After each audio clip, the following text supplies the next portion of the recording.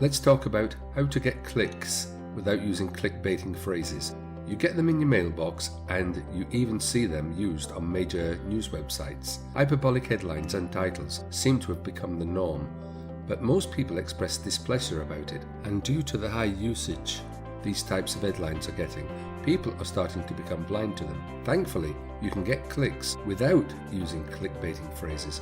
In fact, you'll even build up more of that know, like, trust factor which you need. When it comes to emails, the fact is your readers want to know what's inside the email, so tell them what it's all about. The fact is your readers want to know what's inside an email before they open it. If you can tell them in the headline, then you're going to get more reliable clicks than if you use hyperbolic headlines. Think about what you want them to do after they click through. You want them to read the content and answer your call to action. Making things unnecessarily difficult is just plain stupid. Instead of an exaggerated headline when you mail your subscribers, tell them at least one benefit. Your audience wants to know why they should read the article. Tell them why within the headline, so that they know if they click through, they'll learn something. How to write clickbait-free headlines every time is a headline that gives the benefit of clickbait-free headlines in combination of what exactly the article is about. You should also test your headlines. Most autoresponders allow for testing of different titles, which can help you create better headlines.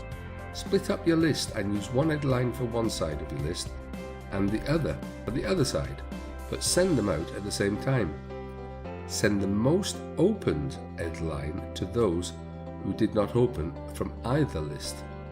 People love facts, and the more facts you can include in a headline, the more likely you are to get clicks, so it makes sense to include stats in your headlines.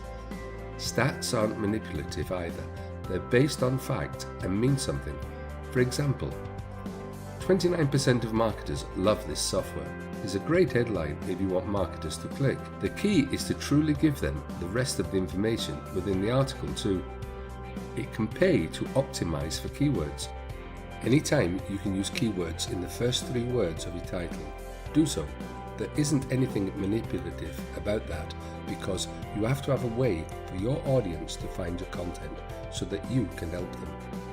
It can't be said enough, you should always avoid tricks and manipulation. Tricks and manipulation might get clicks, but they won't get results.